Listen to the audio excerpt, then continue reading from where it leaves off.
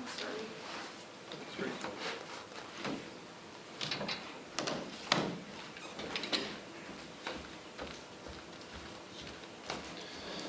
right.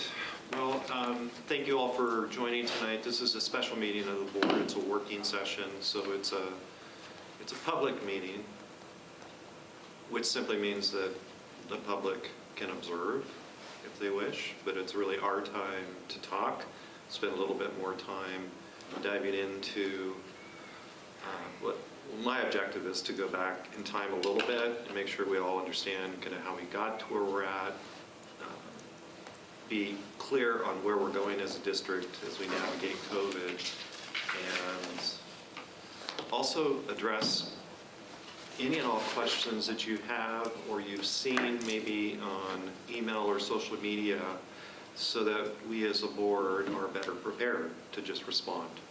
Because this is as complicated a topic as we will ever face as a board. I mean, 10 times more complicated. And there is a lot of information that's coming at our administrators, our school leaders, and even we as a board. And I think all of us feel like we're doing the best we can to keep up with it, but this is not a full-time job for us, so I think it's important to take a little bit more time and go through what I just said. So Jennifer and I are going to brainstorm the approach, the agenda. Jennifer's put together slides, and I think it's best just to start walking through those and pause when we have a question, and it should be real interactive tonight. I do think we want to try to stick to a timeline since this is a special meeting, so let's try to get out of here in about an hour and a half. So that'll just kind of help guide the level of conversation if we keep that in mind. So do you want to take point? Or? Sure. And like I appreciate that, and like Steve said, this is just a general agenda with some key areas that continue to come up with questions. So a handful of these we'll probably skim through very quickly, but again, I think there are going to be others that we spend more time on. So if you want to, again, the district agenda is up. Can you share that with them? Or they can see it? Perfect. Okay. So we're just going to, as I always do, go over our district goals and objectives. We're going to revisit the timeline. So we're going to talk through everything that has taken place.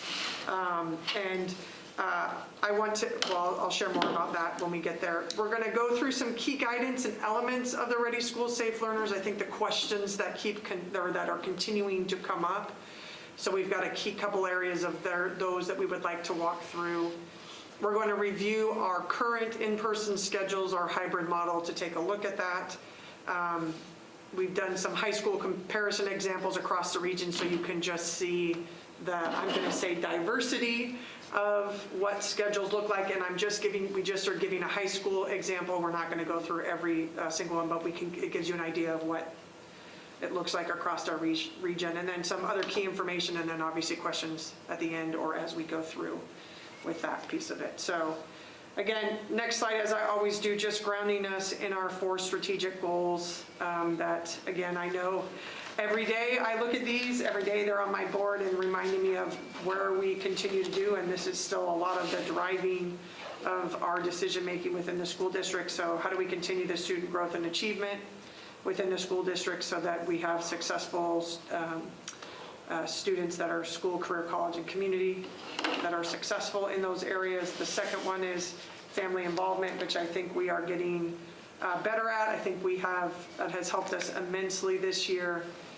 in being able to work with our families and build those relationships and continue to have that throughout the rest of this school year and moving into the 21-22 school year. Next, community partnership. We're getting back into those, which is nice. Not that we, again, when you're dealing with the situation that we're in this year, this has sort of taken a backward step, although I would say our partnerships with the other Polk County school districts and what we've been doing, and with our local public health, and then some hands-on meetings I'm in with our community leaders, I think that we are continuing to build good partnership.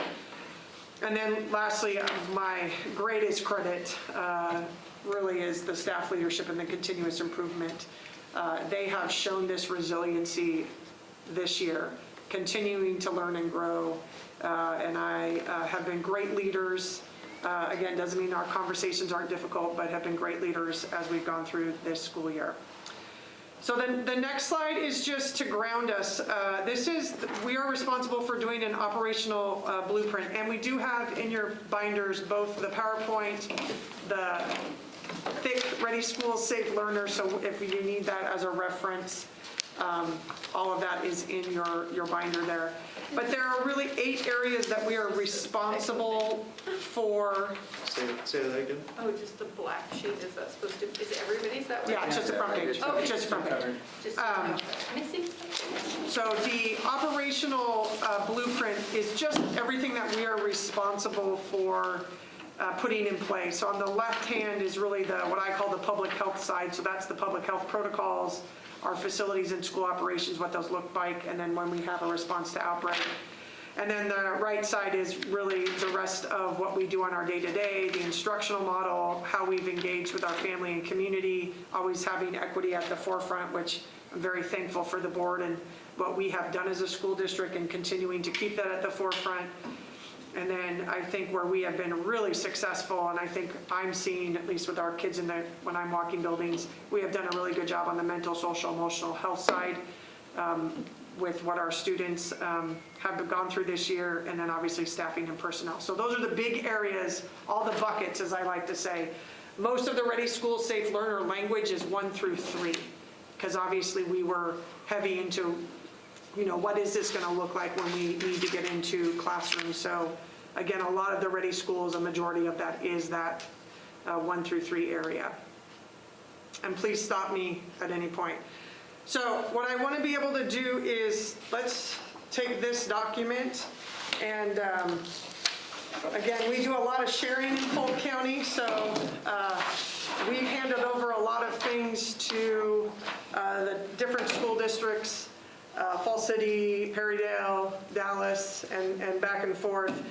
This template actually comes from the Dallas School District because we do a lot of sharing, but with our information. So if you start on the side that says March 2020, this truly is just timelining out so you can see everything that really has taken place within the last year. So again, March 20th, the executive order comes out. We immediately pivot to distance learning. In about 2 weeks, having people back on. And then April, we started and distributed all the Chromebooks to our students. You sort of shift to June, again, a new release in June. And then again, we had comprehensive distance learning guidance that was updated late June as we went into the summer. July had that very large release, which required the face coverings. Then we had a new release, not even a couple weeks later, where that was both new metrics and then that we had to have these blueprints for CDL, and then what was required for the comprehensive distance learning. This is also when we approved our K-12/Stride learning platform, and then we had actually started voluntary athletic workouts. So we were in that direction of, okay, what's this going to look like in moving forward? August, there was just a few updates to equity and access, planning scenarios, because we were starting to say, okay, what happens if kids are in school or we have students in school and we have outbreaks? You saw then on August 18th, another release of Ready School Safe Learners. So right there, that's 1, 2, 3, 4, 5 releases since March. September, we see a new version with some new OHA language focused on family conferences, and then obviously we began comprehensive distance learning after our conferences took place, and we worked through some of the fire stuff in the fall. October hits, we start to, and this is really when numbers started to go up. We, again, adjustments were to limited in-person cohorts. We had the new Ready School Safe Learner 4.0 released. Again, we were planning for limited in-person learning, and we were moving to that for all of our students without internet, because we had a fair amount that we were still working through some of the internet issues in our partnerships with MyNet and getting everyone on board with internet. Then you move to November, again, this is when our numbers skyrocketed. I looked at our numbers, we were starting to be in the upper 300s as we were getting into 382, 358 as we headed into November. Hey, Jen, Yes. was there a memorandum of understanding that we had to put in place with the CEA as we started school? Yes, we were in the midst of working through that. That was, and again, it was logistical things. It's on the website. If you go under HR, that happened during that time. As we were What going time? into September, October. We were in we are always in conversations with either CEA or OSEA, either as a meet and confer, which is we meet with them either twice a month or once a month to talk about things. But then really through this past year, especially with CEA and some with OSEA, we had actual meetings where we were negotiating different things with both unions.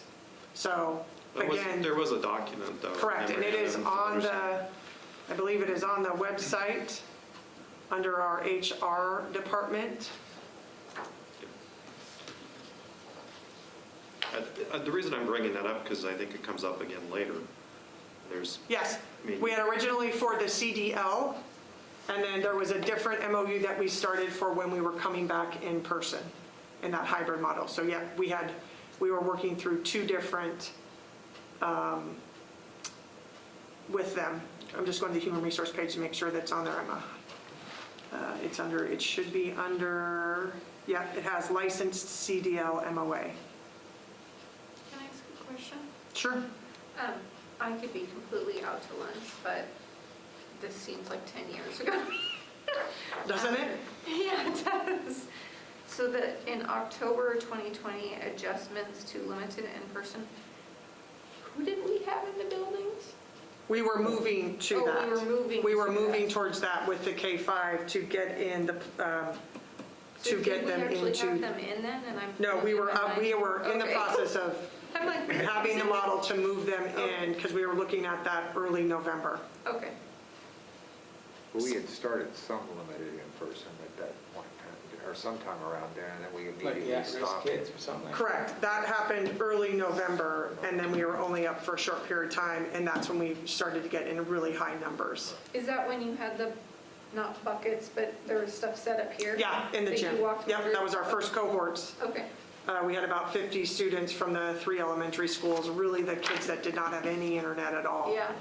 That we were having to work through. And then we were, again, our goal was get K-5 going, Yeah. and then we were going to roll in middle and high because both Principal Abounty and Principal Servignau had their lists somewhat ready to go of what that would look like. And then that's when we went down into the shutdown again from really the governor's direction. So that was November, right? So we literally started and then a weekend went down.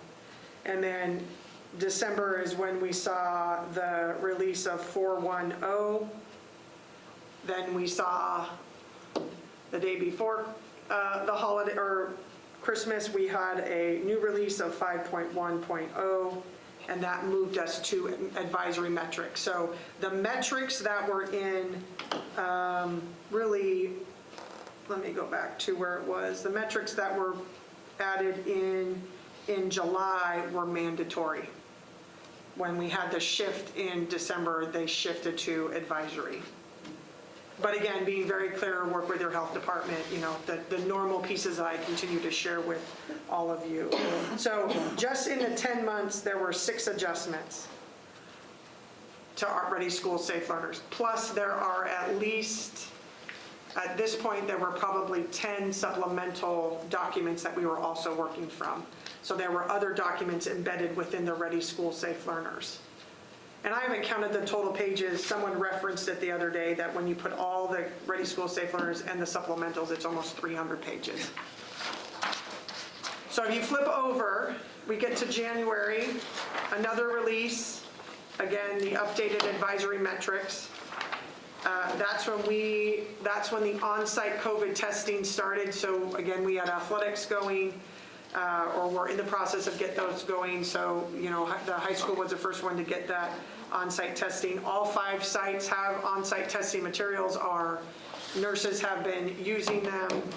We've had to use them a couple of times. I'm going to generally say some have come positive, some have been negative. Students still go home if they have any type of symptom, but that was put in play in January. And then that's when we began vaccinations, mid-January to late January is when we started the vaccination process with our K-12. February, we get into another release. Again, that's when schools were required to follow the cohorting. So cohorting was a big change there, and transportation was updated. And then schools were directed to start to go and move into that open hybrid model. This is when we resumed more of a robust limited in-person at our K-5 to start, and then built in after that our 6 through 12. Can you say a little bit more about the cohorting that was in that February release? Just in the fact that it was very clear in there that when we went to hybrid, they wanted them to stay in pods of 100. So again, not having, that you're moving around buildings, that they were in that cohort of 100, and that was the amount that you could have in that cohort at that time. And I want to be clear because it's very different now. However, it's very clear still in the guidance that cohorting is a good approach to stop any outbreak and or spread. And that was always a continued conversation with us as an administrative team as we had these conversations of how are we going to move them around in cohorts of 100, what does that look like? What does that mean for, just movement, whether we got to a point where we could have interventions and do different things, how much could we move them around? There was also a piece that you couldn't have more than, I think it was 3 cohorts in a day. Yeah. But again, that sort of has left my mind because we use cohorting, but really cohorting is the number of people is no longer an issue. We still cohort because we think it's important because it allows us to contact trace. Contact tracing is a huge part of this. We're finding that out as very clearly with kids back in school and needing to know where they are from that perspective. So Can you say that again? We no longer need to cohort? it is advised to cohort, but we don't have to cohort with only 100 students. So there was no number on it anymore. So there used to be a number tied to it. So if I was in cohorts, I couldn't be more than 100 students.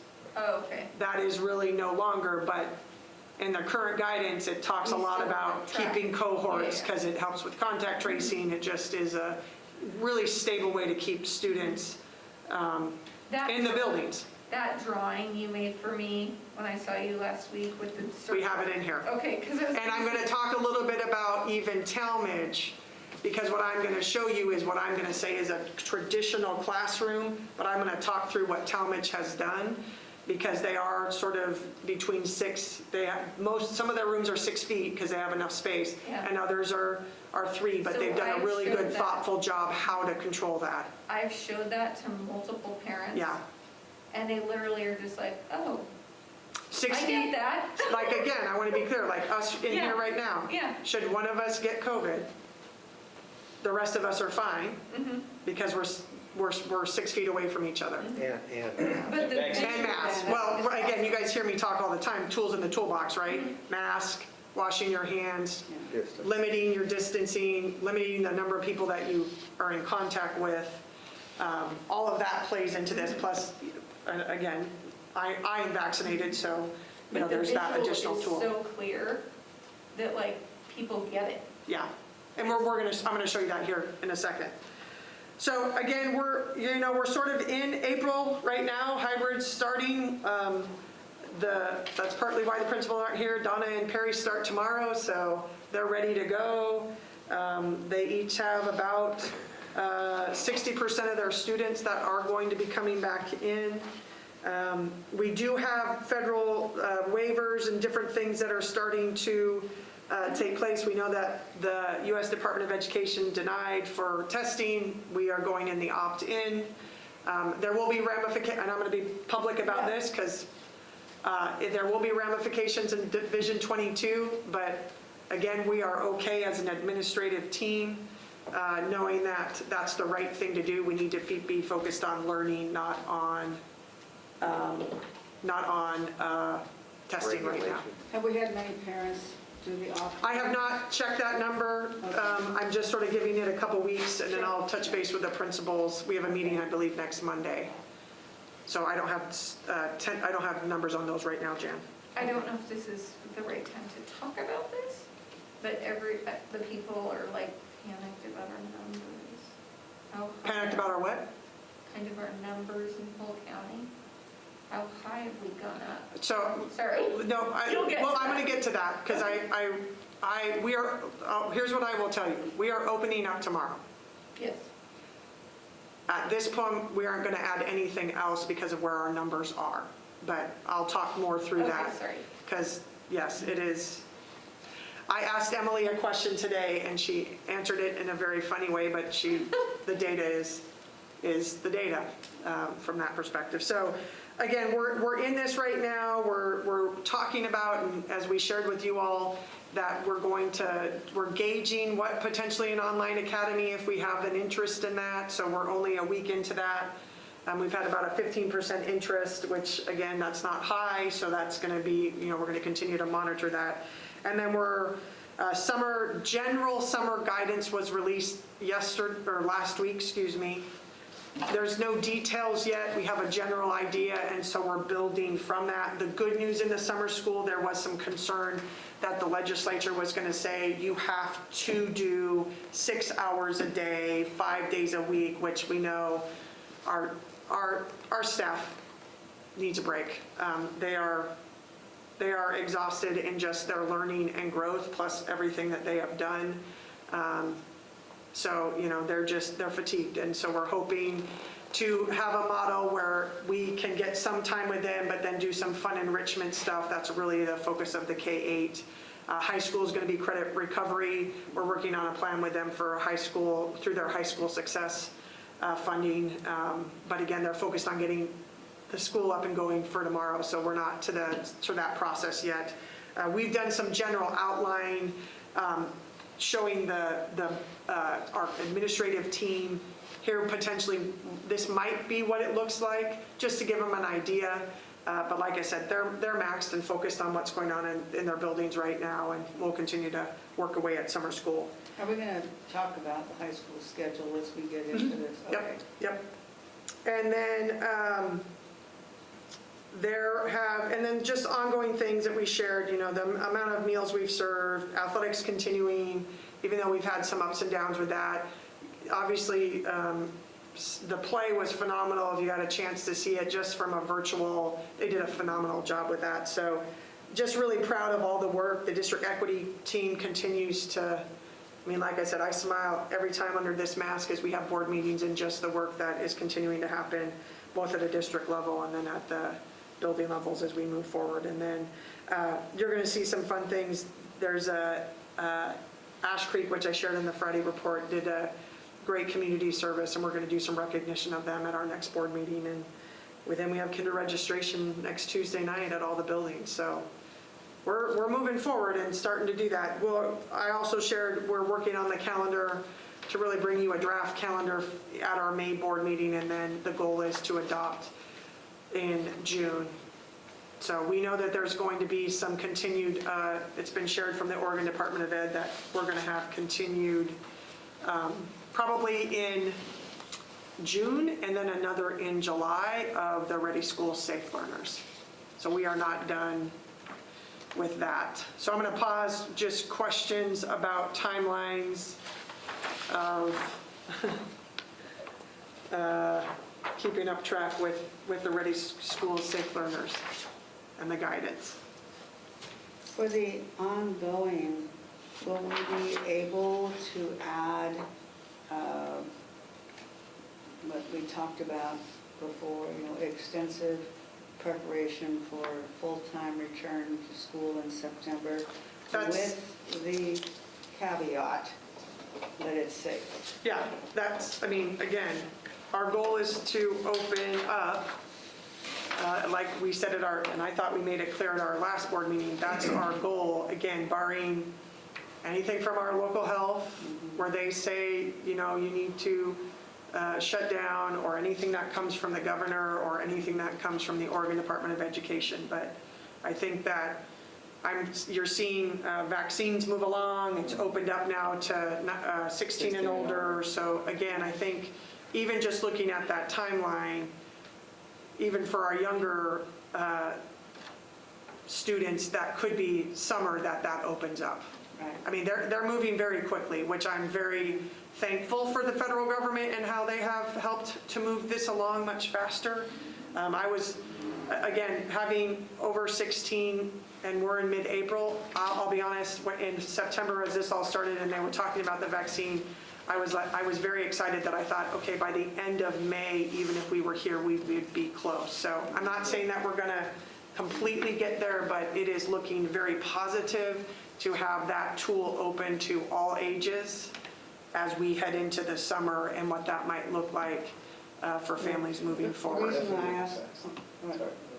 reason I asked the question about we still have it as a firm goal, because I haven't had very many questions from people, mostly in the grocery store. I wouldn't think they'd Sure, a lot recognize happens me in the with grocery masks store. on. I'm thinking of wearing a blonde wig to the store.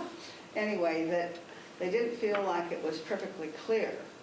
And I said, well, I don't know how she could have made it more clear that that was our goal. And so I just wanted to make sure we're still on focus. But our announcement at the board meeting coincided very closely with the huge banner headlines on the Yeah. Statesman Journal within perhaps even the next day that said, Salem-Keizer welcomes students back full-time in the fall, which is... They don't know that. Everybody, that's the goal of everyone. Well, I know, Right. but our approach to it was a slightly bit softer. Yes. And this parents were thinking, well, look, they're positive. And I said, no, they're not. They're not. They think that's what they're going to do, and that's what we say we're going to do. We just didn't have it flown behind an airplane across the community. It's... I think there's also pieces of what I've learned as a superintendent is we know what we know, and we know that we have a lot of information coming at us. I have great faith in our staff. I see, because I walk buildings, I see the interaction and where students are learning. We have seen kids that have grown immensely that in the past may not have. We have seen students stay on course, and then we know that we are going to have, and I don't, we call it, there's some new language that we're using, it's unfinished learning. I want to remind everyone that this is a K-12 process. The end goal is that they graduate once they get into high school in 4 years, that they are college and career ready, walking out our doors. And Did you say unfinished learning. learning? We have unfinished learning. That was the word I... We have I said unfinished business. learning. Like, no. that Yep, doesn't- no, we have unfinished learning because we have had a very unique year. Yeah. To But put it again, bluntly. several of you that I know either have significant others that have been in education or are in education or have been educators. We know that trajectory for some students, they stay on track. We know for some they need additional. So again, that's really our goal, is to what do we need to shift to make sure we have students that are, when they get out here in 12 years, graduating, that they are, I just socially, wanted to- emotionally, academically. Right.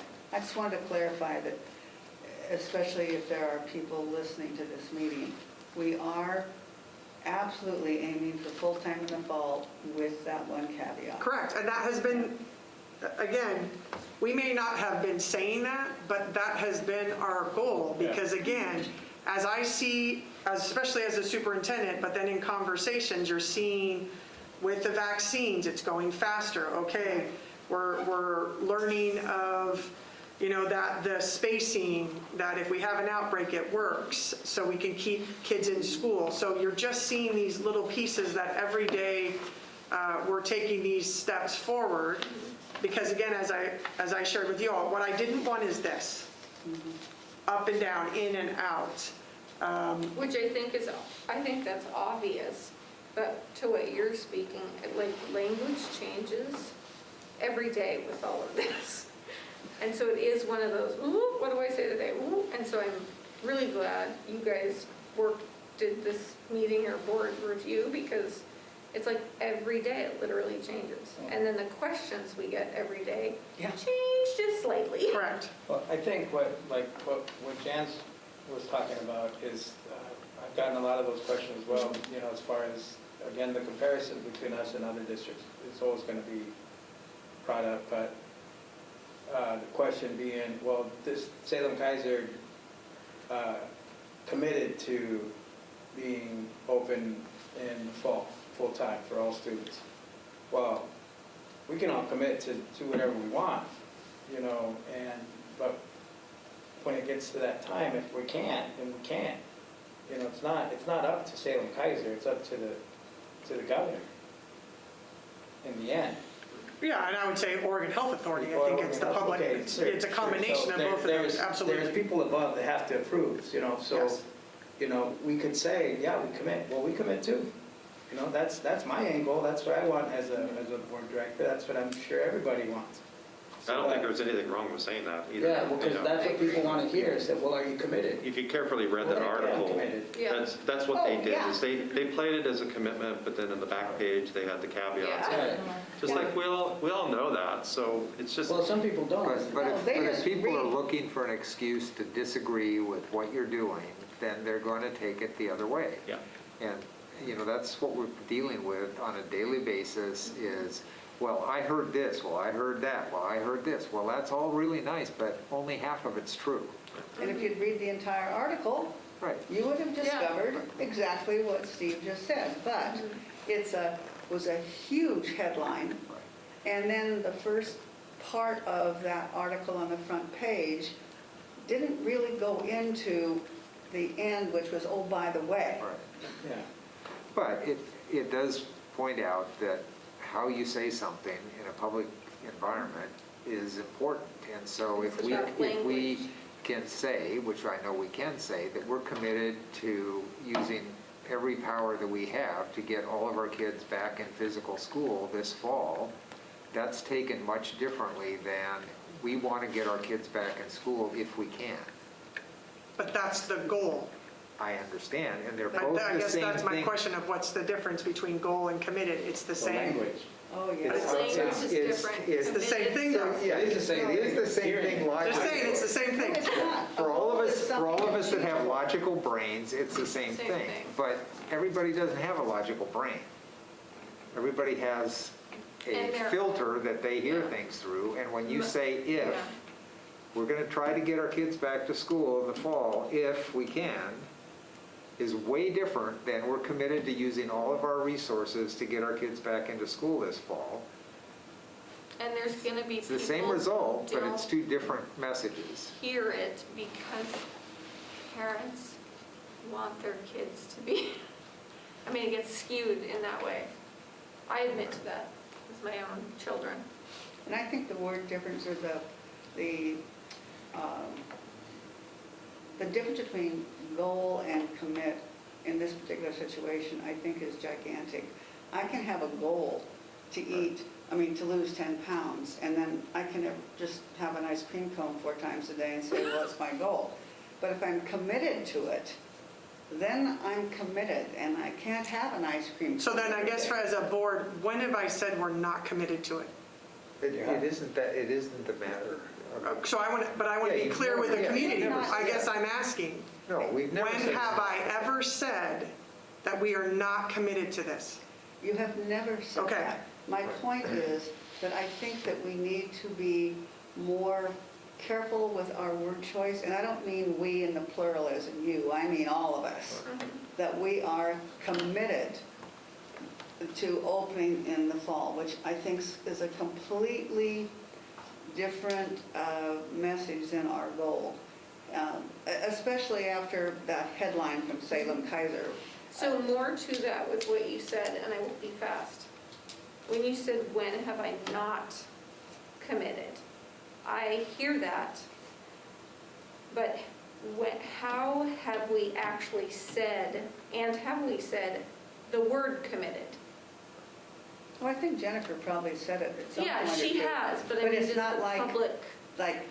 it hasn't come from any of us, in my Yeah. mind, including Jennifer, a rock-solid statement. And then there's always that, and we're going to have to go by, the Oregon Health Authority or so, but we are committed to doing it, is, and then it's like, I think you said. My take on this is that we, in every conversation, it's always been our goal to get the kids back in the fall, if not Yes. sooner. Yeah, And now recently, because of the anxiety and the conversation in the community, this word choice is becoming really kind of a lightning rod issue. This is one of the reasons I wanted us to meet today, because I think it's fine to come out of this meeting and say, we're committed to use every tool, however you want to say it. Help us communicate the intention that we are getting the kids back in the fall. We've never said anything different. So in all of our communications, just shift it to more of the affirmative, because in this environment, it's important that we demonstrate that level of commitment. It's well, as and if there's a level of choosing force our behind words. the word commit, at least in my interpretation of it, that isn't their goal. And Jennifer, you have never, ever, ever done anything or said anything that was to the contrary.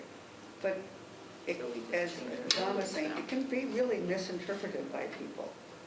And Especially in a diverse community as we have. yeah, and it just, And in this time, when everybody's For sure. frustrated with lack of control. I mean, we have no control over what's going on, and so when you tell them, well, we don't either, it's kind of like, I'd suggest we keep moving. Yeah. I think that was a good conversation, one that we needed to have. sorry, And So this is just, I'm not going to spend much time on this, so just to show the difference. So originally, this is when October hit, these were the mandatory metrics. And again, we were way above the 200. If you go to the next slide, this was the shift in January, which went to advisory. Again, you saw the shift to the distance learning was 350. Again, we were still in the 400s. Yeah, I remember that. And then the next slide is just where we are now with that. So with that, I'm just going to, before I jump into the next piece, so we are, I walked into Emily's office today and asked, please tell me we're under 200. And we had not received it. She opened it up, and it's 200.1. okay. We are going to open up tomorrow. We're not stopping that because that is our pathway. Right. But beyond that, right now, where we are is where we're going to stay until, that number steadies down. what if it hits 350? Yeah.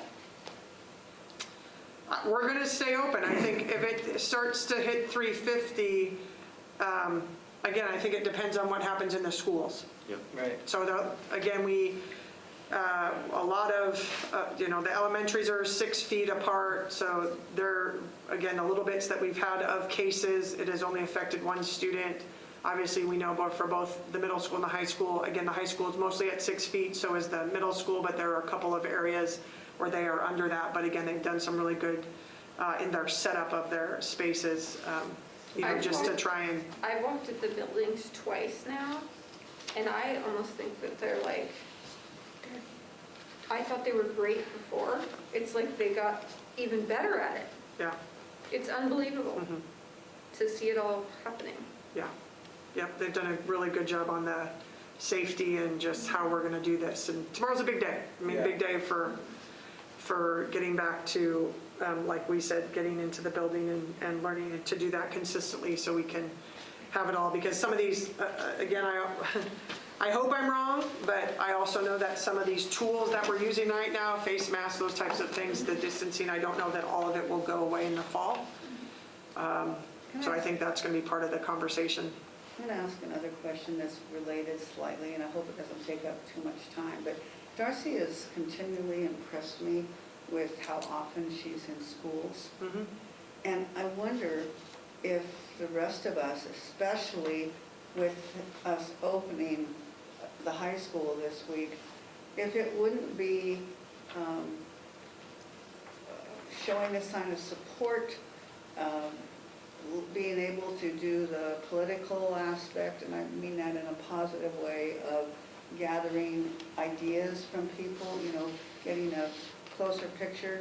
I've always stayed away because I didn't want to feel like I was just in there spying, but You guys can go in, I have no qualms at all. I know that, and I went you know. before COVID hit, I was at Talmadge, and You they were. loved it. They actually loved it, that somebody was there. And Yeah, I've been apparently remiss. I've been to the high school several times, but unfortunately those were for unfortunate events. But what do you guys think about that? If we just, we made sure they knew we were coming. Yeah, I had to clear it with Jennifer. all I do is, if people want to walk buildings, hey, what buildings are you going to be at? I just send a text to the principals and say, you know, they're going to be This walking your last buildings. time. You do not need to, I'm very clear with them. You don't need to walk with them. They're just going to wander the school. If you do want to walk with the principal, then I would ask that you reach out to them and, you know, again, just. Our ID tag. Yep. Yeah.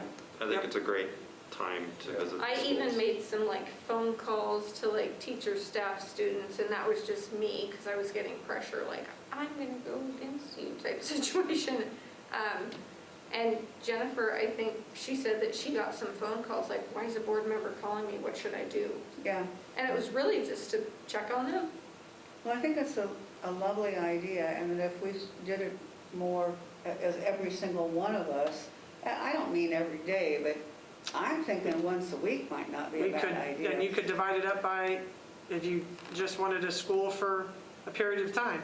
You Yeah. know, I'm Ash Creek for the rest of the year, or that way you could get a real eyes view of what they're doing. When I came on the As an board, example. there was a thing that used to happen called board buddies. And I really took issue with it because the board just gave it lip service. So I've always been a proponent of do the right thing. If you have an interest in going into the buildings, a genuine interest, go do it. There's nothing that stops us. We should go into the buildings. Okay. I don't want it to become a mandatory thing because I think it then becomes I know. Yeah.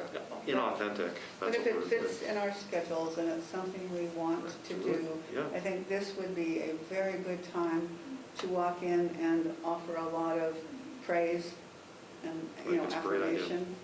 Okay, thank you.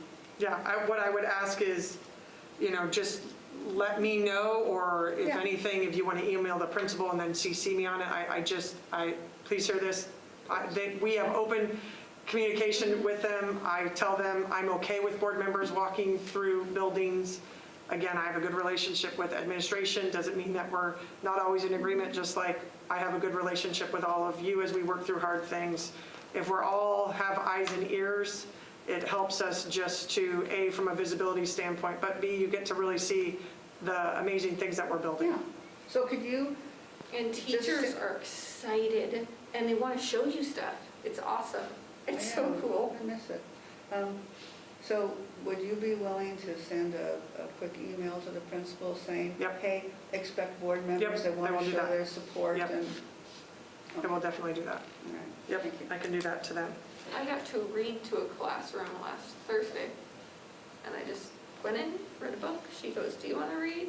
Oh, It's Yep. what if I can teach chemistry?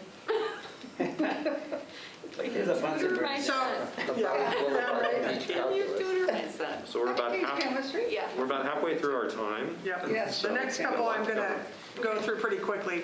So the next slide is just a reminder that we are required to have a comprehensive distance learning option. I don't know that that's going to go away, and that will be key in our planning.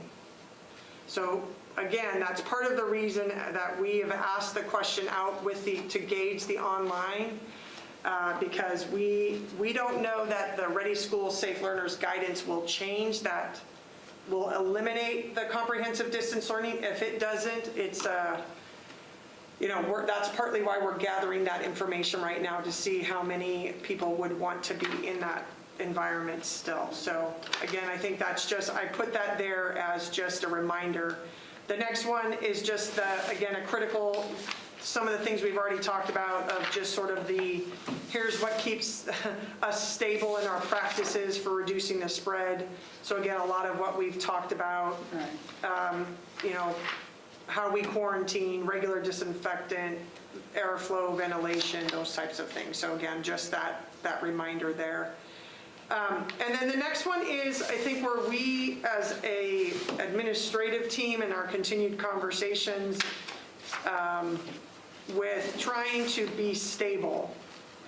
It has been a change, and I only put on the top page of 21 if you go to that page, because there's a lot of then after that in the Ready School Safe Learners of this is what you can do. But the CDC guidance, when this was released March 19th, still recommends the 6 feet distance between cohorts. And again, so that was one of the driving conversations as we built models to really look at, okay, how could we get the students that wanted to come back in, the families that wanted to come back in, how many can we get in with the 6 feet, knowing that if we kept it that way, things would be stable and we wouldn't have to potentially do a lot of, one gets sick, 9 come down, and I'll share a little bit of that. So I just put this in here because if you look on page 21, then it goes into this is what elementary could look like, this is what middle school could look like, this is what high school could look like under the 3 feet. We've had lots of conversations about that, and again, part of what our model is. Perry and Donna are taking some of the risk of trying a little bit of the 3 feet. And again, it's 2 slides for now, but I just wanted to put this on here because although cohorting is really, we don't have to do it, we believe it as a stable way to keep us open and not go in and out, in and out, in and out. And again, we are at about 62% of our student population of the entire school district that wants to come back in person. So there's still. Do you know what the high school is? The total, yep, I have it right here. Of course I do, Jan. Give me a second. Because I know that. Yeah, on the Friday report last week, Ash Creek has 65% of their students in person, Independence 83%, Monmouth Elementary 73%, Talmadge is up to 60, and Central's at 49. So our total is 62% of students that are in. And I read the Friday report too. It just gets worse, Jan. Now she could zing me and say, No. you really didn't do your homework right. No. So then the next one, which is the next slide, which is really wordy, and I'm not going to read it, but this is really talking about the cohorting and the 15 cumulative minutes tied to the 6 feet. So again, this was just, one of those key things that we are constantly talking about. So athletics, we have a game. If we can't show that Jen wasn't next to Dawn for less than 15 minutes for the entire game, that's why at times we're having to bring down full programs because we just don't have, you can't separate and calculate the 15 minutes. So that is a big part of why we stayed with the cohorting approaches that we did to go into our models. So in the same way that we can't track who has COVID as an educator, we can't do that for students either, right? Say that one more time. I don't know if I'm wording it correctly. And can you go to the next slide for me, because I think this is going to help with this Okay. conversation. Oh, Go ahead. yeah. You can. Were you asking, is it this one? Well, it's just like if, I don't know how else to say it. Say it one more time for me, and I'm going to rephrase it back to you if I think I understand it correctly. So the way that we can't ask teachers to come forward, like basically we can't track who has a COVID shot in the district.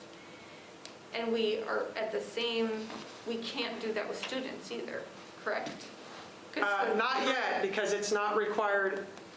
The Do you vaccine see it is not a going that required way? part of our vaccine process. Okay. Oh, like, So certain things they have to have vaccines to Okay. get into school. This is not This one. is not part of that Yeah. process. Yeah. And it's not something they have to. I have not heard anything from the legislature that would have to, and they're not talking about that right now. No, but eventually it will be, I'm sure. But it doesn't matter. Right. Right now, it's not.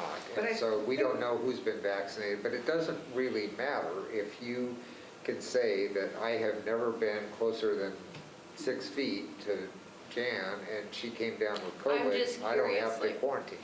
But a family does not have to disclose if a child has COVID, right? They have because of FERPA. I would have hoped everybody would. No, so we ask families to share with us, yes. But they don't have to, do they? They don't, but my advice is, and will continue to be to the community, is please do not send your student to school if they're sick. Right. So my direct question is like, if I'm the red dot and I had COVID, but I've been vaccinated, and my son is a purple dot and he has been vaccinated, does he? That would, He's yes. in So there are contact. yes, this is going to get complicated if students by the end of the year do have, because that will be some of the contact tracing. So let me just show you. On the right side is 6 feet. The red is COVID. The green around them are 6 feet away. So again, that's the only one that is out of the classroom, if there is some sort of positive.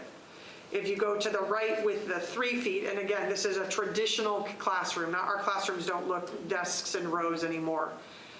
They do right now because of this, but if this were true, if the red circle is COVID positive, anyone that's within 3 feet is out and again, it's an interesting process. So you're out, they're suggested 14 days of quarantine. What if they've been vaccinated? If you've been, and I don't know children yet, so I don't know, we don't have any information yet on Kids. our processes for children on vaccination. So I'm assuming that will come in the June, July Ready Schools, Safe Learners updates. If this were staff and I was in this room and let's say I was doing some work with this student, I would not have to quarantine because I am vaccinated. What I would have to do is watch for signs and symptoms. If I had signs and symptoms, then I need to stay home. Okay. But this would be, so you see the difference of that. Now, let me give you Talmadge as an example, because he is bringing in, the students 4 days a week as a starting point.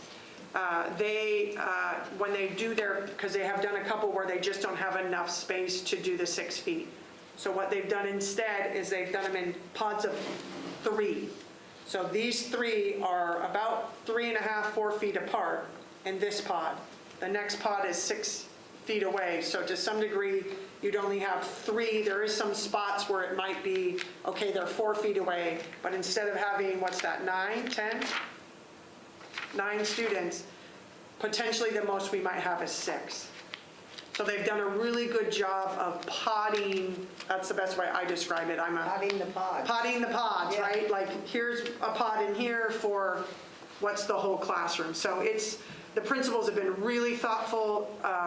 Jason Clark, who's a big part of this, again, just what the building principals have done in working with even their safety teams, because that's been a big part of it, how they've set up the classrooms as we go into this. So again, that's part of this is, again, just giving that visual of the difference of what 6 and 3 feet can do as an example for that. So I'm going to pause. Any other questions about this cohorting or?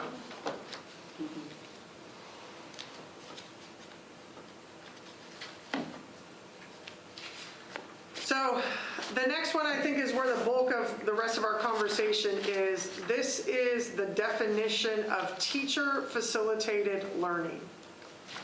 So it is a combination of synchronous, either on-site or off-site, or asynchronous learning experiences planned and guided by a licensed teacher or possibly a registered teacher in a charter school.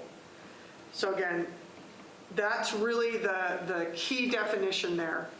It's often used when teachers are planning for all students to have common experiences That doesn't mean that I'm potentially going to be live with them all the time. It's a common experience that the students are going through at the same time.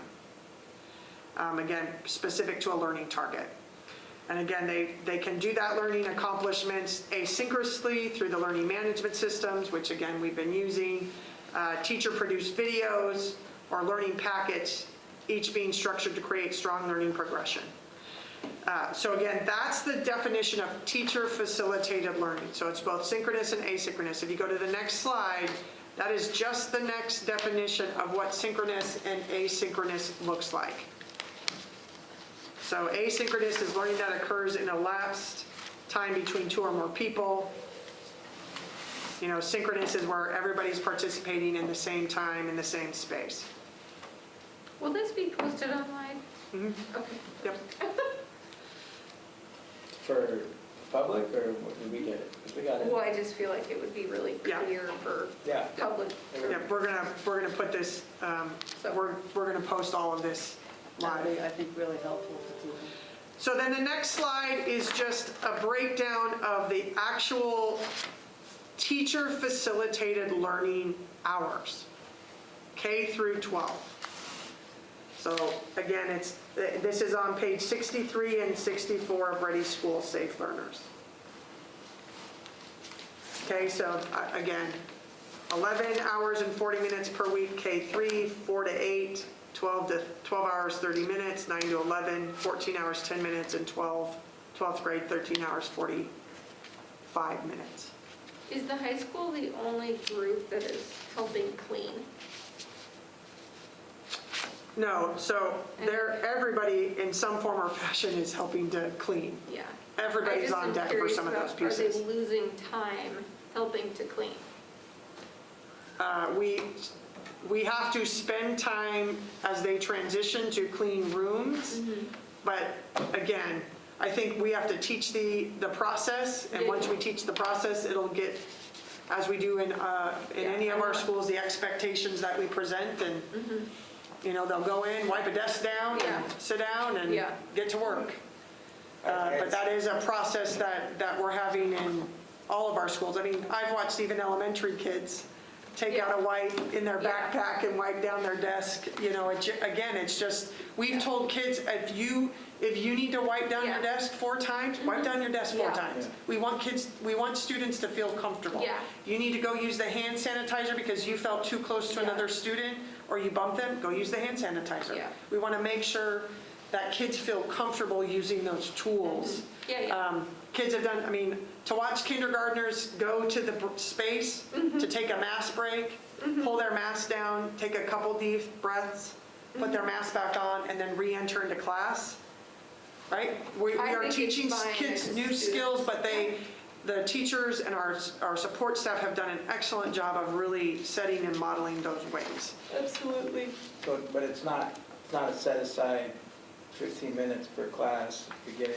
No, I mean, I know, for example, the middle school, as they transition in, they're going to grab a wipe, they're going to see their desk, they're going to wipe their desk down, they're going to throw it away, they're going to sit down, and we're going to engage in learning. Yeah, but it's not like, okay, you got 15 minutes to clean this area and then start class.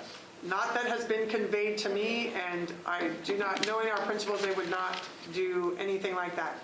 Will it take them the first day, maybe 15 minutes, because they're going to teach the expectation? Absolutely. But then we'll get into that routine. Can you tell me the rationale behind doing the required minimum? I'm looking at the high school thing now. They're going to school in an A-B cohort sort of thing, right? Yep. Tuesday, Thursday, Yep, I'm going to walk, Wednesday, Friday. that's the next piece I'm going to walk you through. All right, I'll shut up. Because I think it will be helpful. So let's go next slide. So this is elementary. So elementary everybody goes 2 hours either in the morning those that choose, either go 2 hours on site in the morning or 2 hours on site in the afternoon. If you are in the afternoon, you have some on-site learning virtually in the morning and vice versa. So if I'm on site in the morning at the school, I have virtual learning in the afternoon. If I'm virtual learning in the morning, I have on-site learning at the school. There are also students that learn virtually in both timeframes. So our elementary students get 4 hours a day of instruction, so that's 16 hours a week. The minimum amount, again, is 11 hours and 40 minutes, or 12 hours and 30. Our kids are getting 16 hours a week of really synchronous learning. It's not even asynchronous, it's a lot of synchronous learning. And is the reason that the in-person learning isn't longer, is it just logistics? Combination, it's smaller cohorts. Again, having that smaller class size Right. helps to, with our learning. And so I think that was, again, a part of the approach of that we started with these smaller cohorts, 6 feet, consistently getting them in. Yes, there is some logistical pieces of we have to transport students on buses. So that's a part of that process with that. I just don't, I guess, understand, and I don't mean from an emotional level, I mean from an intellectual level, why they can't have more time in person and less time. If we move to 3 feet, we can. Okay. And we have talked about that. That's another shift, Right. both for kids and staff, which again, we can do that. And we have talked a little bit about that, but there have been some good things that we're seeing. We may be able to add in a half an hour for both of them. We've had some of that conversation of what might that look like. We are still cleaning in between because we are not having our elementaries clean. No. Middle school, high school are faster, can help and support that, but. Little kids, no. So again, that's partly where we're doing the 2 hours, transitioning them out by 10:30, staff need lunch, then we have to get rooms cleaned, and then students are coming back in for the afternoon wave. So we have looked at, is there a way to potentially add a little bit more time? Again, that's part of that conversation. I think Steve has something to share.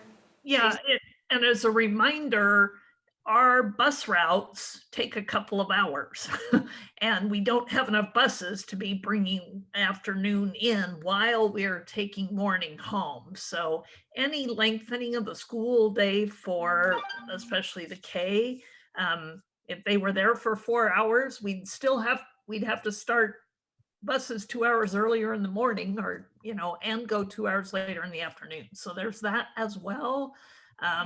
That makes it a little bit difficult the way our buses work and the distance we cover. She done. Again, this is, I think, is a case where it would be helpful for us to make a statement along the lines of we're committed to getting the kids in school physically for as long a time as we possibly can, given the constraints that we have. I mean, if the kids all lived in the school building so we didn't have to bus them, then we'd probably be able to get them there for a longer period of time. There's a new model, Don. Right. Bring your sleeping bag. But that's the issue is we say, well, the elementary kids are going to be 2 hours a day. Well, the perception is that it's 2 hours a day forever because that's all we're willing to do. Well, that's not the case. That's all we can do right now. When we figure out ways to do more than that, I'm assuming that we're committed to do that. When did we start this schedule? March, we rolled in with kinders, K1s, then 2, 3, then 4, 5. So we've been at this for almost 2 months now. How do we think the kids are doing? Do we think that the instruction in this model is better than what we were doing? And From a virtual or in person? yeah, from What we had before to what we're at now. We've got community members who have their kids on the bus for 2 hours to get them in for 2 hours to turn around and ride the bus home for 2 hours. We are trying to meet the needs of the entire Yes. community, is how I'm going to phrase that. Well, I think we have options for if You know, the virtual option is still there, and some people have chosen that because of what you just said, Darcy, of the amount of time, and it's better that way. We are trying to, when I tell everyone that I listen to all the voices, there are lots of voices in our community, with you all, with our licensed and classified staff, with our administrators. I think everyone is doing and taking all the information in and building a model based off of all the information that we are listening to. I mean, if our metrics were going dramatically the other way, then we would probably feel more comfortable pushing in the direction of more time. But, I mean, my point is not that the metrics are driving things one way or the other, but that we're... It's part of the equation. Yeah, it's part of an equation that's got like 15 variables, and we're trying to come up with the optimum solution, and we're never going to hit it, but we're trying to get closer and closer. And I think that's, you know, part of the message is, and what I've told parents and people that talk to me is there's nobody on this board, there's nobody on your staff, there's nobody in this school district that doesn't want kids in the classroom. We're all trying to figure out how to do it, and we're trying our best to figure out how to do it, and we're going to continue to work hard to get it better each step along the way. And I think that's the overall message that we have to get to the community, that we're not sort of saying, well, it's too much work to get your kids into class. It's like the staff's working like crazy to get them in there. Yeah, where I was going in my mind is, you know, a couple of hours in person in the morning, getting homework assignments to go home and do homework in the afternoon, or vice versa. In this environment, that actually seems pretty reasonable to me. The option of more time is a 3-foot cohort, and then... A risk that you're going to be in quarantine. Yeah, and then it's like, okay. And we have talked about, again, and I have said this and we can go back, this is what I don't want. Right. In and out, in and out. That's not good. We need as stable of, and again, I know people want to go faster, but being able to, because the more that students are in these learning environments, whether in person or what we're doing online, that is learning. And that's what, right now, that we are trying to stay focused on as we do that. And getting them used to, again, remember, we've asked kids to not socialize because of a pandemic. We're actually having to teach them that part too, and how you do it 6 feet apart until they are, or if their parents choose to vaccinate them, which is another tool in the toolbox, because we know that that is going to be part of that process. So if we go to the next slide, because that's elementary. So just to show you the middle school model again, and Mondays are always, they do some in-person learning at all of the levels, but again, that's more of a planning day because we do need to do some planning. But so they're either in the morning, if they're on site doing synchronous learning, that's the hybrid students that have chose to go in, they're getting core in the morning, and then your virtual students are online getting electives in the morning. And then if you go to the afternoon, then your virtual synchronous learning happens with your hybrid students with their electives. And then the virtual synchronous learning happens with our virtual students, their core, math, English, language arts, those key courses. I think remember, we are teaching both. You know, we are having our middle school students, they're teaching in person in the morning, and then they're teaching online in the afternoon. Okay, that's my question was. Right, so I'm a science teacher. I am teaching in-person science in the morning to my hybrid students, and then the afternoon I'm teaching science to my virtual Same thing that kids. they taught in the morning? Correct. Okay.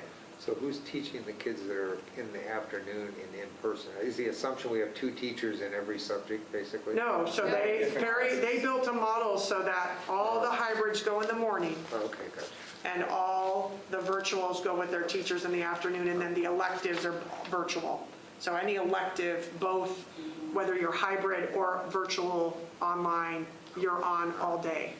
And is the busing issue with the middle school easier because there are fewer students than if you add all 3 elementary schools together? Because this is a lot of time.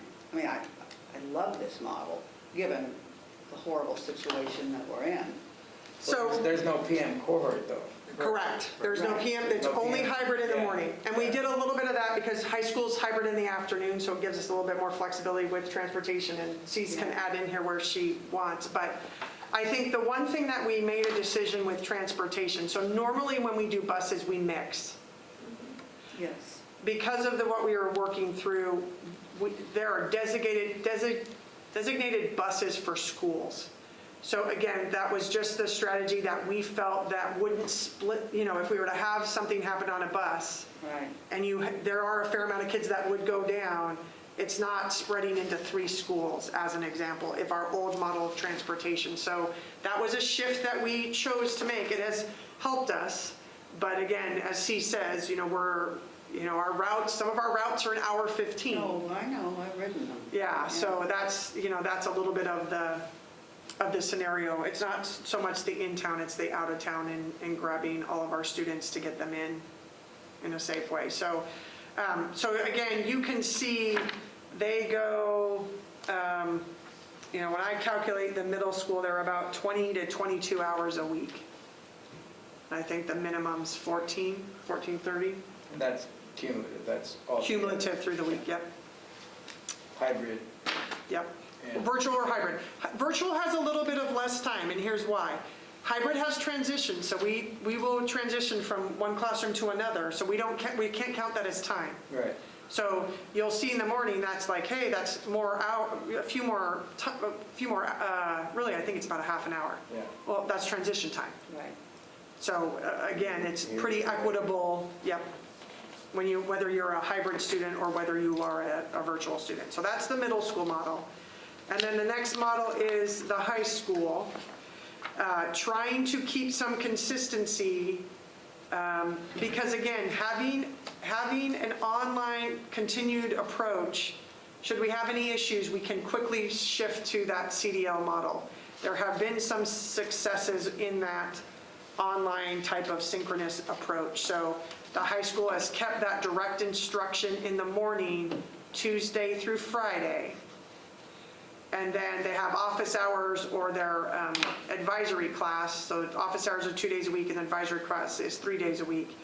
And then they go into, in the afternoons, that on-site synchronous learning, where again, they're having the same classes. So it's really, what do I need to clarify from this morning? Everybody understand concepts? Can we keep moving forward? Can they build upon that? Or hey, if the group comes in and there is mass confusion of what took place in the morning, then there's that ability to reteach. Plus, just check in on students as they come in. So again, you're having direct instruction online, and then you're having direct contact with teachers. Well, it looks like the kids have 3 hours of instruction in the afternoon. Correct. 2 hours and 50 minutes, I believe. Yeah. So almost 3 hours, yes. And for lunch, they have to have lunch brought to them. They grab it as they go out the door. So everybody, we're transitioning, because the whole lunch thing on site is they have to be 6 feet apart because Right. they take off their masks. So right now, So everybody's leaving with a lunch, walking out. At 3:20. at 3:20? Mm-hmm. They'll have breakfast, lunch, and supper. In that bag Yep. for the next. And it's amazing to watch. To watch kids walk out with food is fantastic. And so, like we don't, then it's for the next day? Yep, Oh, okay, yep. all right. 24 hours worth of food. They start when they get home and Okay, have to thank you, that really, I feel much more comfortable with that than kids not eating Yeah. until 3:20 in the No. afternoon. So in this, and this is what a lot of that I've gotten from community response, is the 9 days between a student having a class, because they're on that for a week, and then they're off for a week, and then the other group's on. So I'm trying to see how this schedule says that, and I don't see a group A or group B. I didn't add it into this one, so I didn't add that. If we needed So to who's talk through group that. one and group two? So group 1 is the first cohort. Oh. right? The group Oh, one Group A. goes Group A goes Tuesday, Thursday, Group B goes Wednesday, Friday. Then they have an A week, so they're doing just those 3 Gotcha. classes. And then the following So week, each they're doing that. So Group it's A, really, Group B has 2 groups in it, 2 cohorts. one more time? Group A has, we'll say, Group A has cohort 1 and cohort 2. Correct. And Group B has cohort 1 and cohort 2. I think of it as, it's 2 When they look at the cohorts, model. Correct. but the schedule. Schedules every other week. Yeah. So the classes change every Correct. other So, week. It's every other week. So the week that you're not in that class, you still have homework. 3 classes. assignments, But do you have, still do you do have work. teacher contact during that week off? You have teacher contact with your 3 classes that you're talking with that week. And if you, let's say there's a 2-week project, yeah, you might reach out and have office hours if you have if there's something that you're working on. Okay. Because they're trying to do it very intentional of deep dive into 3 areas. Let's really understand the content. And then next week, switching to the other 3 classes, deep dive into that content. Again, think of college, right? When you went to college, you sometimes went Tuesday, Thursday. And then, so again, it's a combination of a high school / college type of approach of giving them a deep dive into that content area so we can really make sure. Because remember, high school is about credit. They have to show that they know the standards so we can give them credit to graduate. So this approach really allows them to give that dive and be able to say, okay, we want to focus on English language arts. Let's see what our key areas are. Can students show that work? Yep, we can check that off as part of the criteria as moving into, I guess my credits, et biggest cetera. question, or my biggest, not even concern, but what I'm hoping that is happening is that during that week off, they do have access to some type of follow-up instruction, or, if they're stuck on stuff, they're not like Yeah. out in the cold for a week. No, that's why they have built-in office hours. That's Okay. why they did a lot of that. I know that, especially from listening to high school teachers, there is a lot of communication at times back and forth via email Good. as well, Okay, if that was my both in concern. office hours. I'm glad that that's Yeah. that's not the case. Plus, using the college model, you could always skip a couple classes and get caught up when you went back. Well, if we're a true standards-based school district, which we'll talk more about once we're through this. And there were a number of different alternatives that were discussed at the building at the high school level before arriving at this. Oh, yeah, they originally had a couple different models. Again, as all the buildings have done, Principal Servignac took it to her department chairs. They, how about let's start here as a model? So they threw a model out to them. There was some moving around of that, conversations. Those department heads went back to each of their content areas, got feedback, brought it back. There was continued conversation amongst both, again, the department heads and the administration as they built this model. The model actually came from several of the department chairs. Donna had this, hey, what about this framework? But in all honesty, this final really came from the teachers. And they, Now, again, not everybody probably agrees with it, but again, I think that we all know that when we're having to make decisions where you have leadership teams and you work together and let's talk through if you don't agree. But the Can real- you at least make it the work real for now? motivation that our staff had was to go deep and make sure that Correct. the kids are moving along. Correct. They felt like they needed to have that time, focus time, a couple of days every other week to do that, Correct. as compared to going back to a more normal schedule Correct. so. Let's see. Correct. And again, I think it's very thoughtful because if we are truly, our job is to make sure that they have earned those credits and can show that they have met those standards. This is going to help us move in that direction.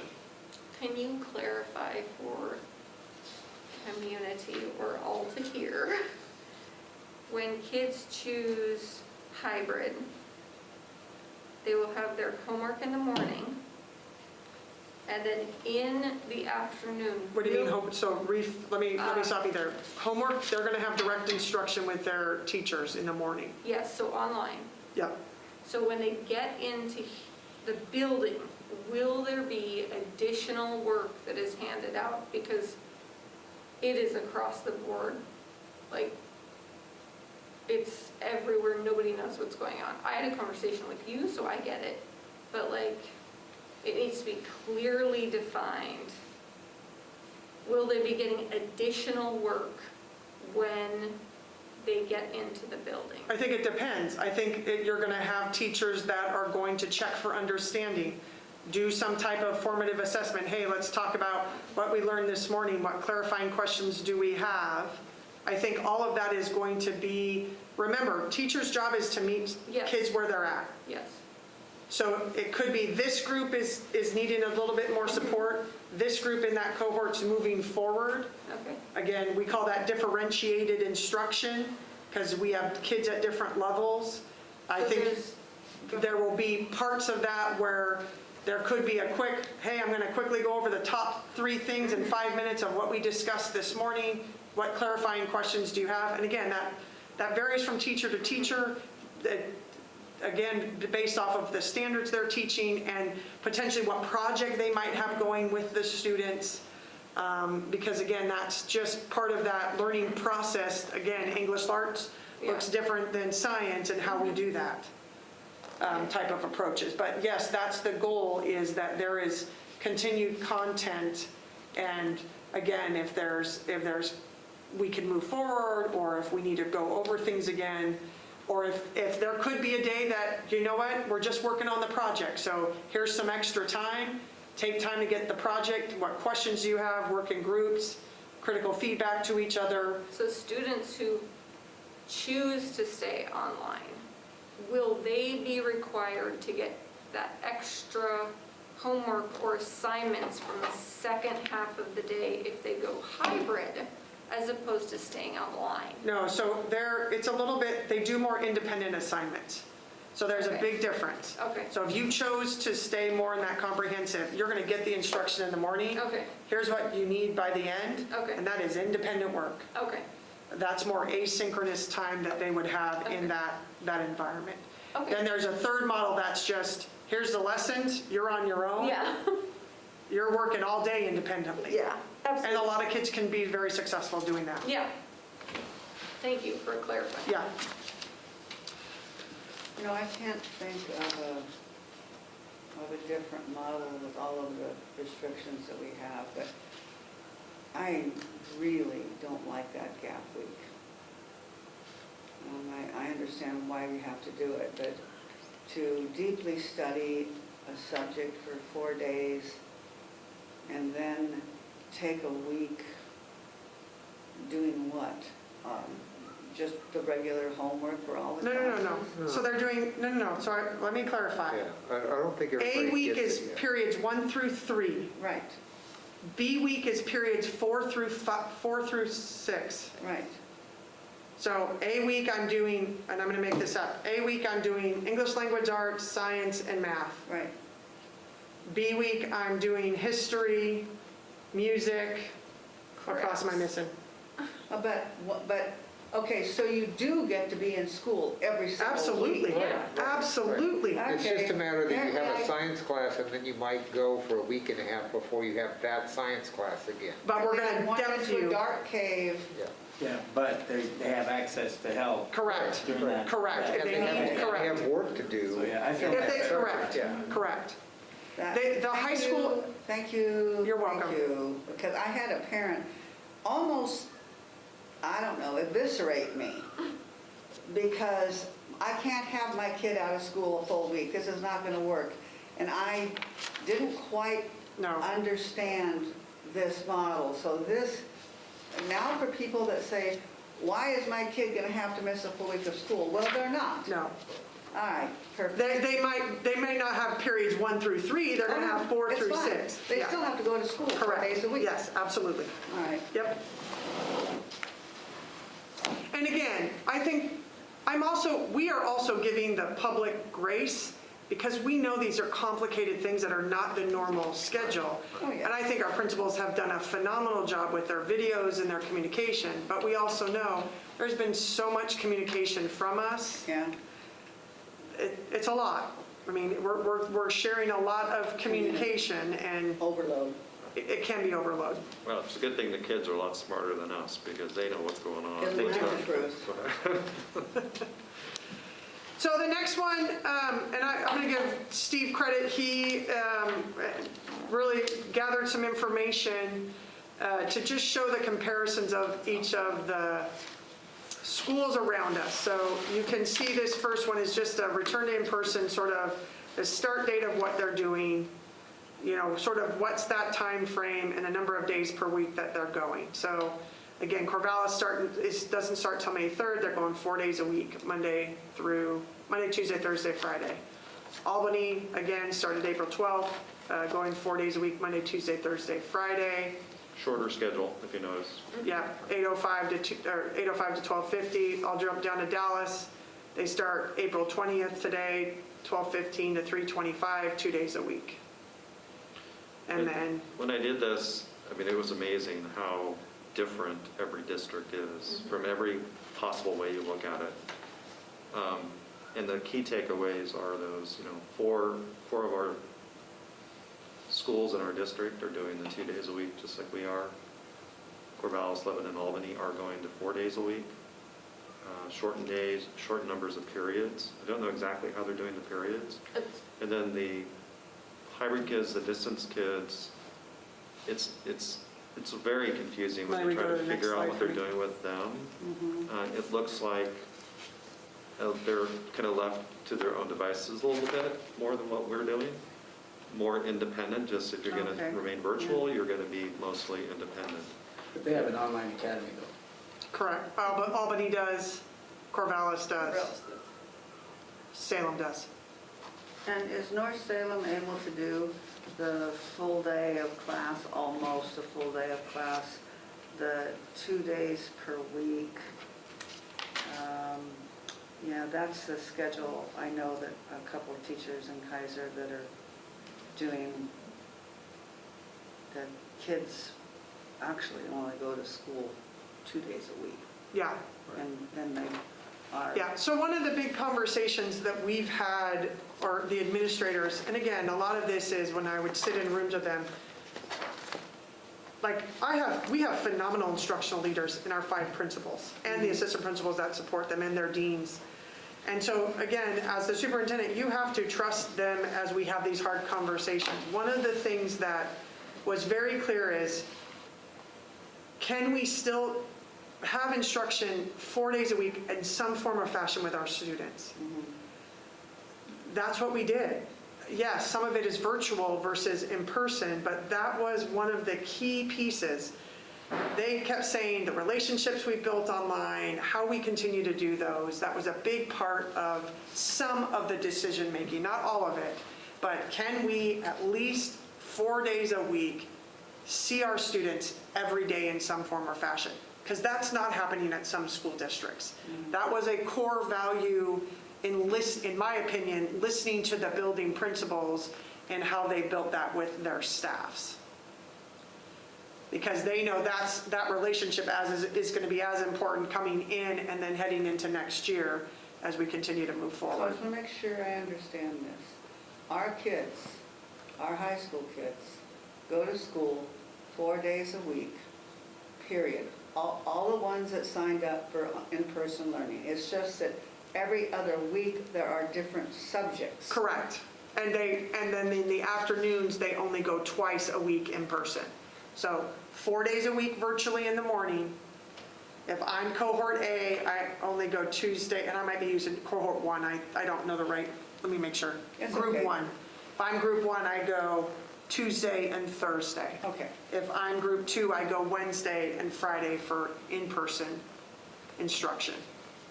So as a high school student, I'm only in the building 2 days a week, But you get content. but I have direct synchronous online Content, instruction 4 from days the a week. teacher 4 days a week. And if you go actually to, so you'll see after that first page, you see the next page shows Corvallis and Crescent Valley High School, what they're doing, what Albany's doing, what Silverton's doing. Well, we're all pretty much doing the same kind of Very thing, similar. Just different nuances. Yeah. And the high school was the hardest model. Of course Because it this is credit. I mean, we're talking about, that's a huge part of this process. So where are people in our community getting the idea that other high schools around us are going full-time like Dallas? From their neighbors. Okay. Well, I think a lot of what I've been hearing is that the comparisons are in-person versus cumulative education from the schools. It's not so much that they're getting more schooling or more hours, it's actual in-person. And that's what has folks upset. But from what I'm seeing, there is continuous education, be it virtual, but I feel much better with the high school, now that it's broken down and I can see it. And I think folks might be a little more accepting of it when they... And when I did this, I wanted to understand for myself how much time in the buildings were these different high schools around us actually doing. And then what I learned is there's all these different models of actually the asynchronous and synchronous that we've been talking about. So if you really look at the actual instruction that's going on, everybody's all over the board, everybody's trying to do their best. Our approach is solid, and it's, in terms of being on campus, it's not different, really, from Silverton, Dallas, North Salem, or Central. A little bit more time in some cases, but again, we're making that up with the, online instruction that we're doing in the mornings. So I think even for those of us that, or the people that did completely understand this, the rub is still online. It's why can't they be in school all day? yeah, that's right. And the logistics in terms of the rules, that we don't really have a choice to follow. Prevent us from doing that. Our goal, since we started this, and I'm using the word goal for a reason, was we wanted to have, as best as we could through this messy year, consistent instruction as much as we could, where we didn't have in, out, in, out, in, out. Right. Our metrics, again, we have been for over 2 months, we were in extreme. Again, many counties were in extreme, so we knew we couldn't move in that direction. We have learned a lot going and having elementaries go and what they're doing. We're going to learn a lot in the next couple weeks here with the secondary schools. Again, they're the first school that are going to go 3 feet. Because we've got to take that step, and we will. So my goal is we stay open. So when it gets to what's our point of view as far as time goes, when we're looking at Talmadge and seeing how they're doing within the 3 feet, and then they're wildly successful, does that leave enough time in the school year for us to adjust the high school in-person learning or the elementary in-person learning? I think that's a tough question. I think that's a tough question that we'll have to have with buildings. I think any shift is a shift, and any shift takes time. Sure. Logistically, moving from 6 feet to 3 feet means a lot more. I mean, we've removed a lot of equipment, desks, you name it, to get there. So there would have to be some transition time of that. I mean, again, most of that has taken to make a shift or something like that is at least a week. Because again, I want to remind everybody, our maintenance staff is 2 people for the entire district. Crazy. So everybody compares us to Salem Kaiser. There are 45,000 kids, or 3,100. So again, from a logistical end, we have some barriers and we work through them. But again, even to move that is probably at least a week. So is it worth keeping this model, or to keep the learning going versus stopping for a week, losing a week of instruction, or going back online while we transition? Again, all of those pieces, I think that's some of the things that we have to continue to weigh. Sure. Again, it is April 19th. We've got about a month and a half left of school. I think we need to let we're going to learn a lot in these next few weeks with Talmadge in the high school, what's working extremely well, what can we learn from and build into that commitment of the fall. Fall, yeah. That's a huge part of that. And our metrics, again, were 200.1 today. Now, the test positivity went down, so that's a positive piece. So the percentage of that did not go up, which was good. What was that number, do you know? 5.4. So the last 2 week look back, we've gone from 77.2 as of 3/14, 3/21 we were 139, 3/28 189.3, and then announced today for last week 200.1, and then the test positivity was 2.4, 5.4, 5.9, and 5.4. Now the positive about youth is they're not being hospitalized, so you're seeing a little bit more of the conversations about what's going on in the hospitals, because again, that is a part of the reason why things were shut down, because of the hospital capacity. Does the county give us anything in terms of the numbers of children Yes. that have it? So are those numbers based on the whole population or just school-age kids? I mean, or 0 to 19. those are the numbers that you just gave No. us? No, that's everybody. Yes, I have the numbers. I know the numbers of kids. Because one of the bigger arguments in the community is that kids get sick at a dramatically lower rate than adults. Now, that doesn't mean the kids get sick, and I'm not saying I'm advocating at all for this, but that is a question, is that why are we using numbers that include 60-year-old people when it's been apparently documented that children are less likely, doesn't mean they won't get it, but less likely to get it. And so that's an argument that gets thrown at me from time to time, and as you know, as a person who's trained in science, I have kind of a hard time answering because I don't have the data. I think the answer to that, Jan, I don't know that we know that kids don't get it. They don't have symptoms. Well, we know statistically across the nation, they do not get it at the rate that older people do. They don't have symptoms at the rate. Starting Or they don't have starting to symptoms change. that, yeah. They I would say don't that- I have would say that that is symptoms. starting to So Well, certainly, I think what today we're in the paper I learning, read right, is that- Talking I'm stuff. sorry, we can't hear. Say that again, Cece. what we're learning is the rate. Do they transmit it? Do they don't have symptoms? They're not sick. Even the testing we're doing in schools is only if they have symptoms. So if a child shows symptoms and we test them, that's the only way we're going to know in the schools.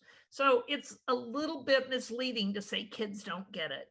I think we still don't know enough about whether or not how much they get it and how much they transmit it to the adults in their lives. So I think that's still why the precautions are in place. No, I don't disagree. I'm just telling you, I'm being devil's advocate because we get faced with those questions. Right, and I will tell you, and I'm going to continue to say this, and I say this a lot because they are a partner.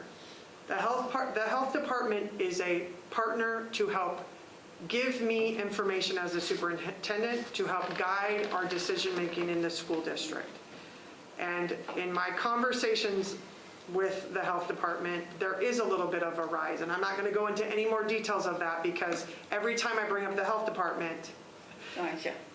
then the commissioners get different phone calls from our community. And then again, because we're all not always in agreement, but she is a reliable source for me to have a very high-level, in-depth conversation without getting into violations of HIPAA or FERPA or anything like that, to have that true understanding of what that looks like right now. And we also know, because we are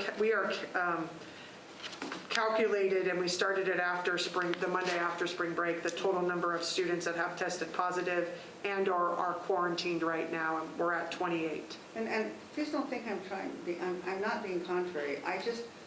Enough people Yeah. are seriously questioning what we're doing that especially if people are listening to this meeting, then they can hear the answers and the idea of this concept of children, not getting sick. Well, I personally, that's not true.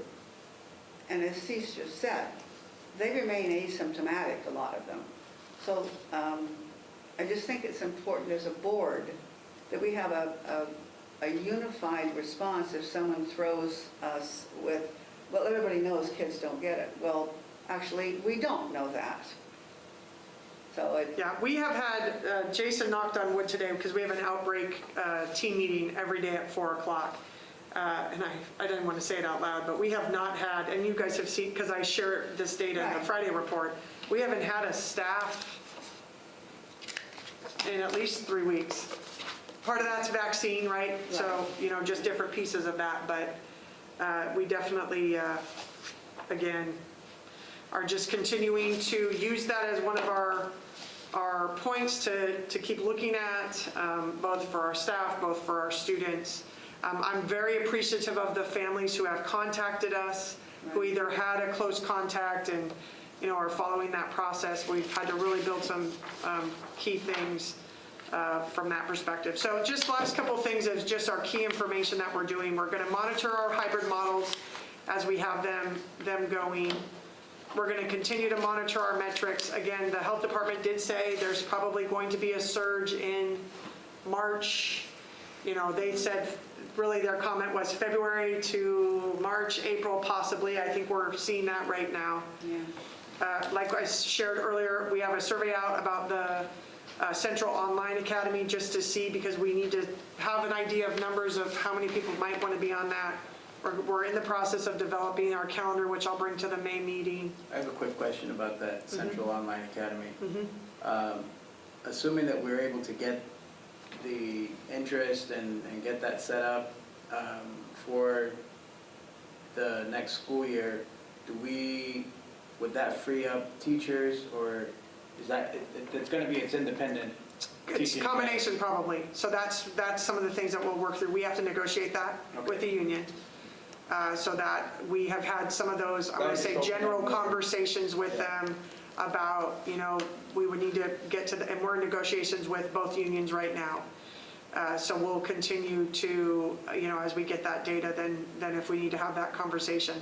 My thought would be, and we've had generally, it could be an MOA as a starting point to see, is this just for a couple of years because of where we are and what we may, again, depending on what we see over the next couple months. But it takes resources to run You an bet. online academy. Yes, it So does. And doesn't that's the ESSER is going to be, the ESSER 3 funding is going to be a big part of that.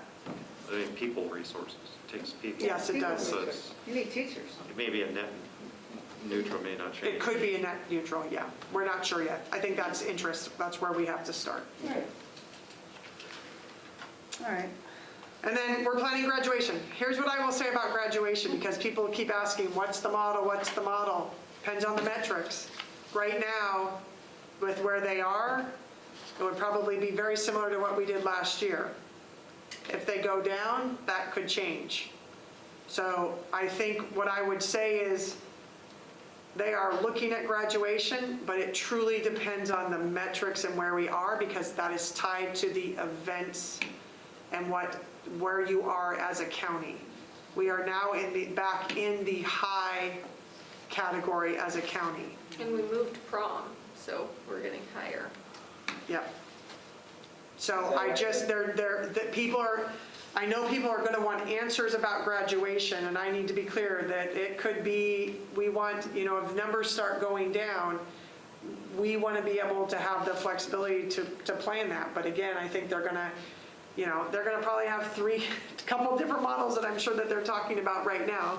I know they are. But we can say we will have a high school Oh, absolutely. graduation ceremony of some kind. Absolutely. I think some people, based on what gets said, is they're thinking, well, we're not going to have any high school graduation. We did And I've told at least a dozen people there will be some kind of a ceremony, maybe like last year's, It was an maybe slightly amazing different. ceremony, given the circumstances. Yeah. Right. So, And then we're just going to continue planning for summer school. We're continuing to look at that. Again, having a fatigued staff, we're trying to come up with ways of, could we do shorter time on the instruction end and have some partners to do some of the other work? And then we know that there's going to be a few adjustments to Ready School Safe Learners. What happened with prom? I heard you mention prom. Yeah. We are in we go into high risk on Friday. So we no longer are allowed to have more than, I think it's 6 in a cohort inside, in a certain amount of square feet. And I don't remember what the square feet of. If Jason were here, he'd be able to tell me right It's off the been top. postponed, it's not, Yeah, Postponed because of postponed increase because, yes. in metrics. because of the indoor metrics change. So- Because we are in the high category as a county. And that's However- as So of is that based next on Friday. an announcement that we're in the high category, or just the fact Yeah, that the we're- governor announced it Friday. Oh, it- Friday? I think it was Friday. Oh, Yeah. We moved Yeah, back this Friday. Yeah. I guess I missed that. Can you comment on enrollment statewide and then in the district? Yeah, so enrollment statewide is down 6% and I'm going to talk just public schools. We have a larger amount of students that have moved to homeschools, and to be very honest, even families that have told us, some families that have moved to homeschool have just said, please know it's just, this is a tough year. We're going to homeschool this year and we'll be back. Our enrollment, we're down, I think I was 150 from what we were last year at this time.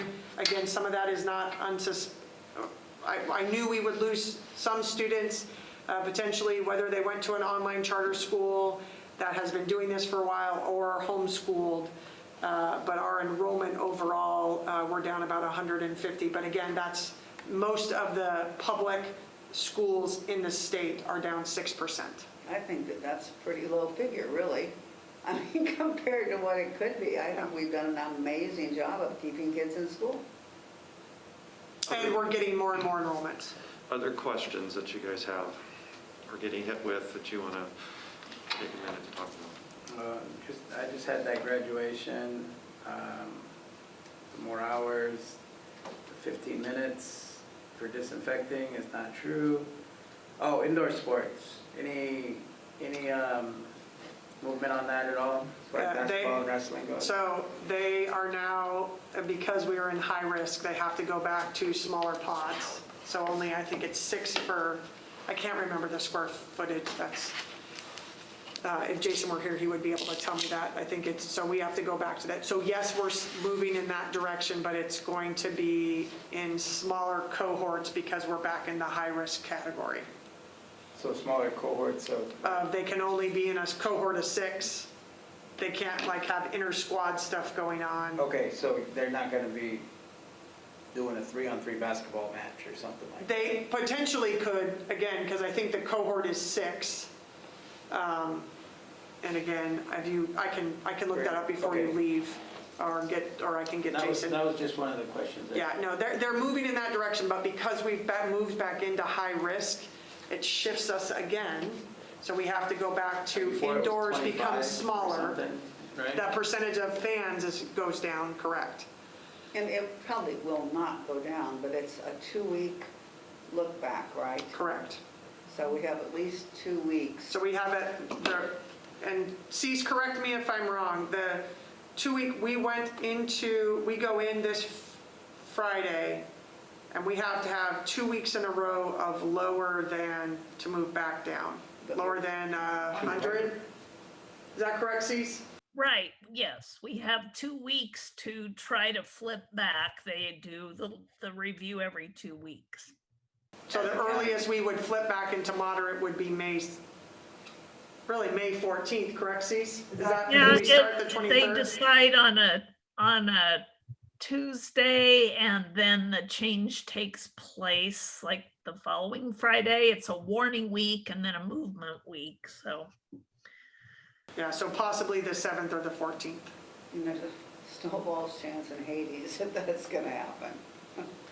Because it's going to Good. probably keep Weather's going getting- up. The weather's getting nice, more people are spending time outside. Yeah, That's always, yeah. that's a, Can I request something for a future board meeting? Sure. No? Yeah. Okay. No, you can't. Can we get an update for how ed is being handled in, well, I guess the district as a whole, but especially at the high school. Also with athletics. And I'm requesting from not necessarily one specific teacher, but possibly the person who's in charge.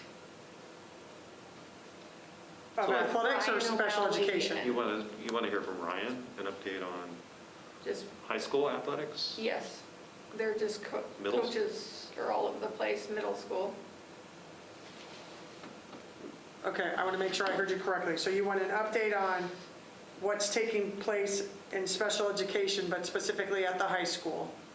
Yes, I mean, across the board also, but there's some concerns about needs not being met.